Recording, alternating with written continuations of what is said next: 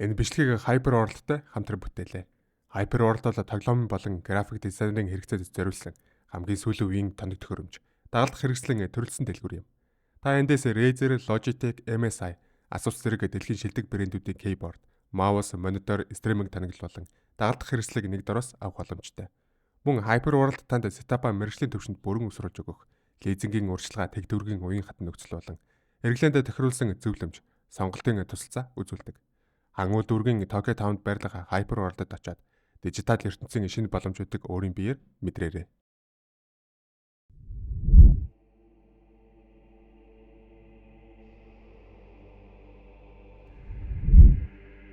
Space Marine-ууд эсвэл Adeptus Astartes нь өндөрлөгтний хамгийн агав хамгаалагчид эзэн хаан Emperor of Mankind-ийн хамгийн хүчрэг дайчид юм. Тэд бараг л хүн гэж хэлхийн аргагүй. Харин ч бүр хүнээс хэтэрсэн төгс төгөлдөр байхаараа бүтээгдсэн супер дайчид билээ. Хамгийн хатуу ширүүн генетикийн өөрчлөлт, сэтгцийн хатуужил, үлэмж хатуу сургуулийн дүнд тэд энгийн хүнийг бүх талаараа даван гарсан төгс тулаанчид болж хувирдаг.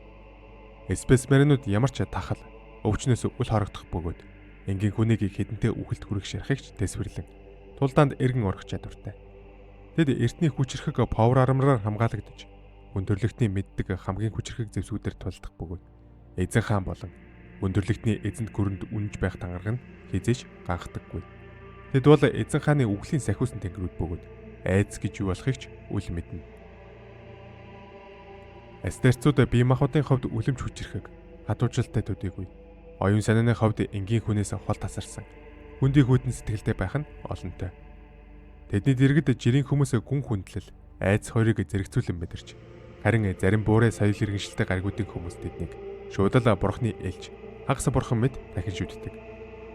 Тэд энгийн хүмүүсийг сул дорой, эмзэг амьтад бөгөөд уруу таталт, шунаал, хомхой сэтгэл, хүсэл тачаал, булчгар зан зэрэг сул талуудаас болж доройтсон гэж үздэг.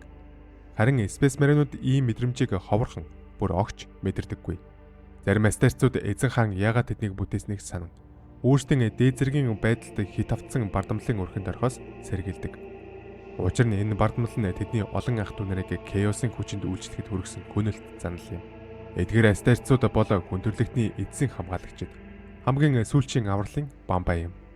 Тэднийг хүндрэлтнийг удирдахаар бус, харин хамгаалахаар бүтээсэн бөгөөд зарим тохиолдолд үүргээ биелүүлэхийн тулд хүндрэлтнээс өөрөөс нь ч сэргийлэх шаардлагатай болдог. Энэ эрхэм зорилгын гүнгүнзгий утга учир нь эзэн хааны хүн бүрд зориулсан хязгааргүй энэрл нэгүсэлд оршино. Гэвч зарим Astartes энэрэнгүй сэтгэлийг үл тоож, үүнийг хүндрэлтний ээлжид нэгэн сул тал хэмээн үздэг. Тэдний хувьд энэ бол өөрсдийн дээд трансхуман бие махбод, оюун ухаанаас бүрэн цэвэрлэгдсэн хэрэггүй мэдрэмж юм. Гэвч Space Marine-уудын дундаас хамгийн ухаантай, хамгийн гүн ухаарлтай энэрл нэгүсэл бол эцсийн эцэст тэдний цорын ганц аврал гэдгийг ойлгодог. Ерөнхийдөө боломжит Space Marine-уудыг тухайн бүлэглэл өөрийн оршин суудаг, цайз сүмөө хийдэ байгуулсан газраас сонгон авдаг. Гэхдээ зарим бүлэглүүд өөрсдийн хамгаалдаг, эсвэл тогтмол зорчдог бүс нутгийн олон гаригуудаас зэргүүдээ бүрдүүлдэг. Сонгон шалгаруулах арга барил бүлэглэл бүрээс хамаарч харилцан адилгүй байдаг. Зарим нь хатуу ширүүн, амьдрахад төвөгтэй гаригуудын зэрлэг омгуудын дундаас шилдэг даждыг сонгон авдаг бол нөгөө хэсэг нь төрхөөс нь эхлэн Astartes болохоор бэлтгэгдсэн дуртай элсэх хүсэлтэй сайн дурхны дундаас сонголтоо хийдэг.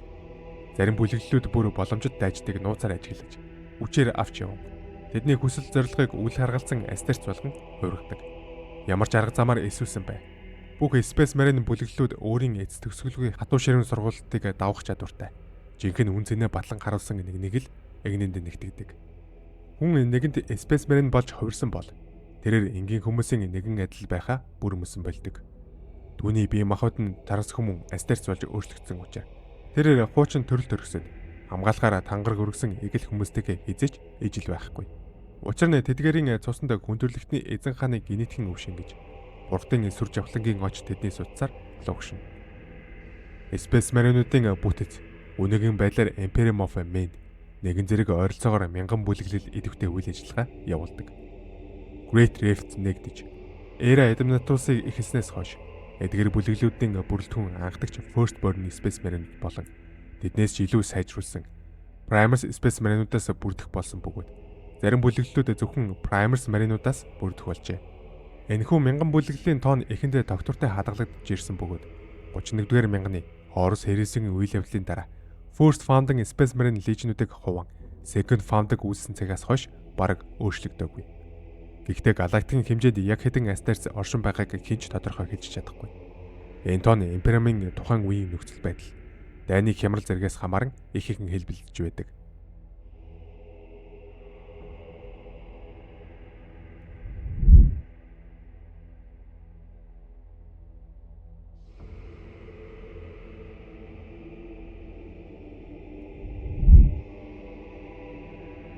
Энэхүү супер цэргүүдийн үүсэл нь Эзэн хаан хүндрэлтний төрлөх гариг болох Терагийн уудам гаригийг нэгтгэхээр шийдсэн тэр цаг үед эхэлсэн юм. Хүндрэлтэн хоорондоо тасралтгүй дайцаар дэлхийн гадарга тулдааны улам өрөөр бүрхэгдсэн байв. Тэрбэр хүндрэлтнийг аврахын тулд илүү хүчрэхэг, илүү дэсвэртэй, илүү хурдан дайждаг бүтээх хэрэгтэйг ойлгож өөрийн гараар анхны супер цэргүүд болох Thunder Warriors-ыг бүтээсэн гэдэг. Тэд жирийн хүний хэмжээнд багтах боломжгүй авраг биетэй, Европосын хүчтэй, хаанч хэний ч эсрэг байлдах чадвартай хүмүүс байв. Тэдний бие махбод аимшигтайгаар хүчрхчиж, дайсны энийг ганцаараа үгүй хийж чадхаар болж, уур хилэн хязгааргүй догшин байсан дулааны талбарт ялагдшгүй мэд харагдуулдаг байлаа. Эзэн хаан тэднийг өөрийн гараар удирдан, Терагийн бүхий л хаант улсуудыг ээлж дараалан сөхрүүлж эхэлсэн юм.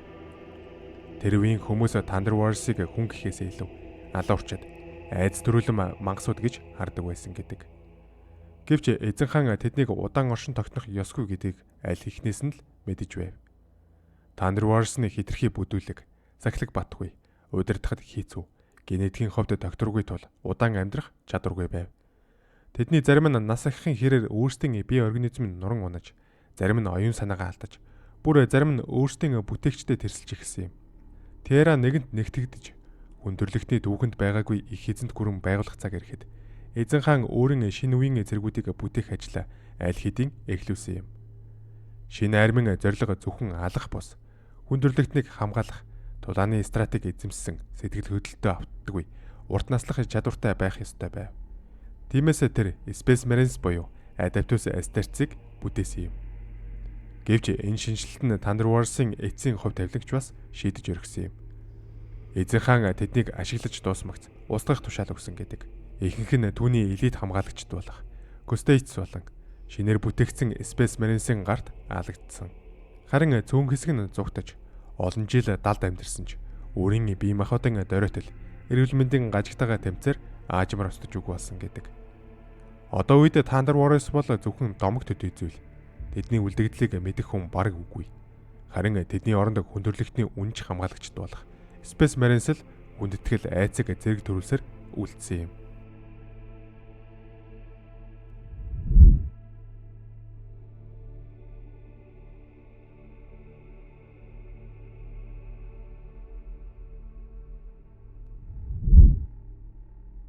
Эзэн хаан Astartes-ийн анхны үүсгэн байгуулалтын үеэр Space Marine-уудыг 20 агуу леженд хуваан байгуулсан юм. Леженд бүр нь хэдэн мянган Astartes-аас бүрдэх бөгөөд тэдний генийг анхдагч Primarchуудын генетикийн өвөөс гарган авчээ.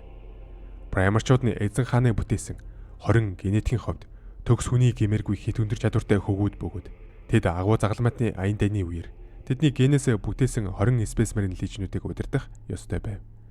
Гэвч Chaos-ын бурхад тэднийг Warpar тараан холын гаригуд руу зөсөн тул тэд тус улсын орчинд өсөж өөр зан чанартай болжээ.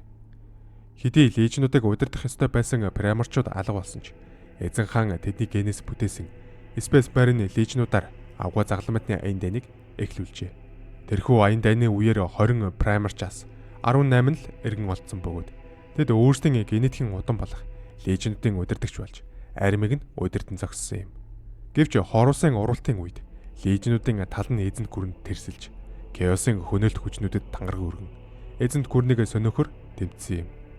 Эдгээр урагчид Chaos-ын Astartes-ууд болон хувирч, өнөөдөр бидний мэдэх 9 урагч лежнийг бий болгожээ. Тэрсэлсэн ах нарынхаа эсрэг үнжүүлсэн лежнүүдийг Loyalist-ууд хэмээн нэрлэх болсон. Тэд Хорусын уралтын дараа эзэн хаанд үнж хэвэрүүлдэж, эзэнт гүрнийг хамгаалахын төлөө тэмцсэн.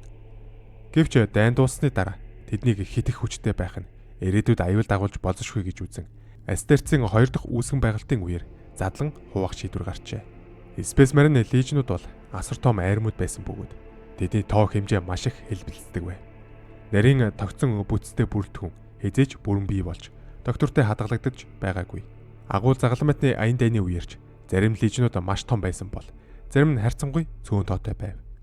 Лежн бүрийн хэмжээ тогтмол бос байсан бөгөөд тулдаанд бэлэн астерцийн тоон, шинэ эсэгчдийн тоо, зайлшгүй тулгарх хохирол, боломжит шин цэргүүдийн хүртээмж, мөн праймерч болон түүний офицеруудын удирдлагын чадвараас хамаарч өөрчлөгддөг байжээ.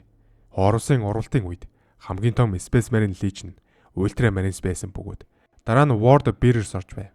Ultramarines Legion оргил үедээ Colt-ын тулааны өмнө ойролцоогоор 250 мянган астерцээс бүрдэж байсан бол World Bearers Legion 100 мянган орчим дайчинтай байв. Ultramarines-ийн асар том хэмжээ, түүнчлэн тэдний генийн үрийн цэвэр байдал, доктортой байдал нь 2 дугаар үүсгэн байгуулалтын дараа 8 дугаар Legion буюу Ultramarines-аас хамгийн олон залгамж Space Marine chapter-ууд үүсгэхэд гол хүчин зүйл болсон юм. Magnus-тэй Raid-ийн удирдсан 500 Suns Legion хамгийн жижиг Astartes Legion байсан байх магадaltaй. Учир нь тэдний олонх нь хяналтгүйгээр мутант болж өөрчлөгдөх, эсвэл хит хүчтэй психикэр чадвар илрүүлэх болсон тул тэдэнд эзэн хааны энх тайван Emperor's Pace-ийг хүртээхээс өөр аргагүй болсон юм.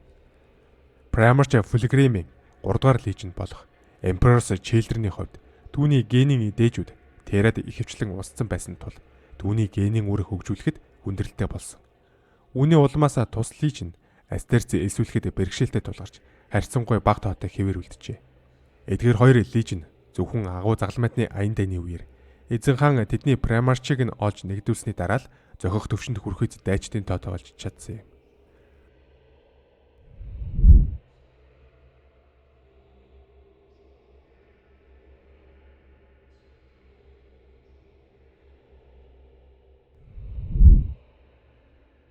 Орвсын уралтын дараа Space Marine Legion-уудын хитрхи хүчрхэг байдал нэг хүний гарт төвлөрөх нь эзэнт гүрний доктортой байдалд аюул учруулна гэж үзжээ.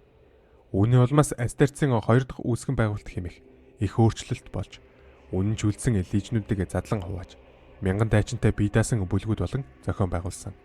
Энэ үеэс эхлэн Adeptus Astartes нь өнөө хүртэл хүчин төгөлдөр байгаа chapter хэмээх зохион байгуулалтад оржээ.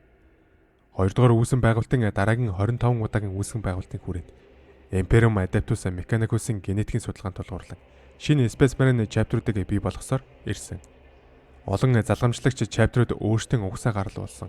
Legion болон их бүлгийнхээ дурсамжийг хадгалан, ёслол хүндэлтэд тусгаж, байлдааны арга барил, соёлын өв, генетикийн онцлогийг өргөжлүүлэн авч явдаг байна.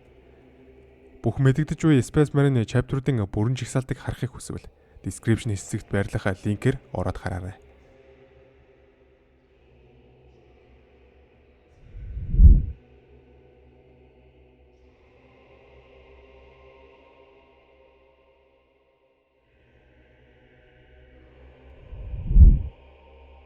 Primarch Space Marine-ууд бол шинэ үеийн трансхуман дайчид бөгөөд тэднийг бүтээх үйл явц нь 10,000 стандарт жилийн турш үргэлжилж Archimagus Dominus Belarus Cavalier удирдлагаар хөгжүүлэгджээ.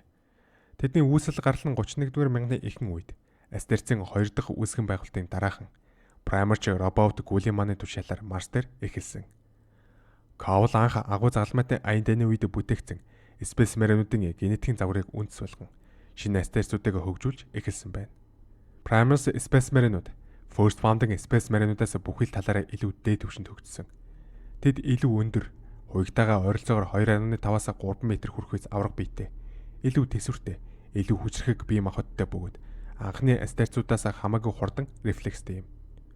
Одоо First Founding гэж нэрлэгдэх болсон анхны Astartes-уудын хувьд Primarch Space Marine-уудын дэргэд тэд бараг л хөгжлийн доод шатанд үлдсэн мэт санагдах нь бий.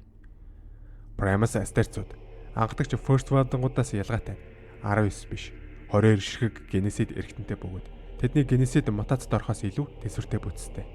Эдгээр нэмэлт эргэнтүүд нь тэдний физиологийг урд өмнөхөөс илүү сайжруулж тэднийг бүрч хүчтэй, илүү тэсвэртэй дайчид болгожээ. Энэхүү биотехнологийн гайхамшигыг бүтээхэд Archimagus Cavalier хамгийн чухал ололт бол Senga Primus Portum хэмээх төхөөрөмж байлаа. Энэхүү төхөөрөмж нь анх Primarch-уудаас авсан цэвэр генетикийн материал агуулж байсан тул Caval Primarch Space Marine-уудыг бүтээх боломжтой болсон юм. Primarch Astartes-ууд Ultra Founding хэмээн нэрлэгдэх шинэ үеийн үүсгэлтийн нэг хэсэг болж бойжсон. Great Rift нэгдсэний дараа Гулиман болон Каула тэднийг агуу загламтны аян дайны хүрээнд галактикийн өнцөг болон бүрт илгээж байсан. Тэднийг Астерцуудын одоо байгаа бүлэглэлүүдийг хүч нэмэгдүүлэхээр ашиглахын зэрэгцээ. Зөвхөн Primus маринуудаас бүрдсэн цоошин бүлэглэлүүдийг үүсгэхэд мөн ашигласан. Энэ нь Империумын хамгаалтыг урд өмнөхөөс илүү хүчрхэг болгож галактикийн мөхөл рүү чиглэсэн хямралыг эсэргүүцэх хамгийн гол зэвсэг болсон юм.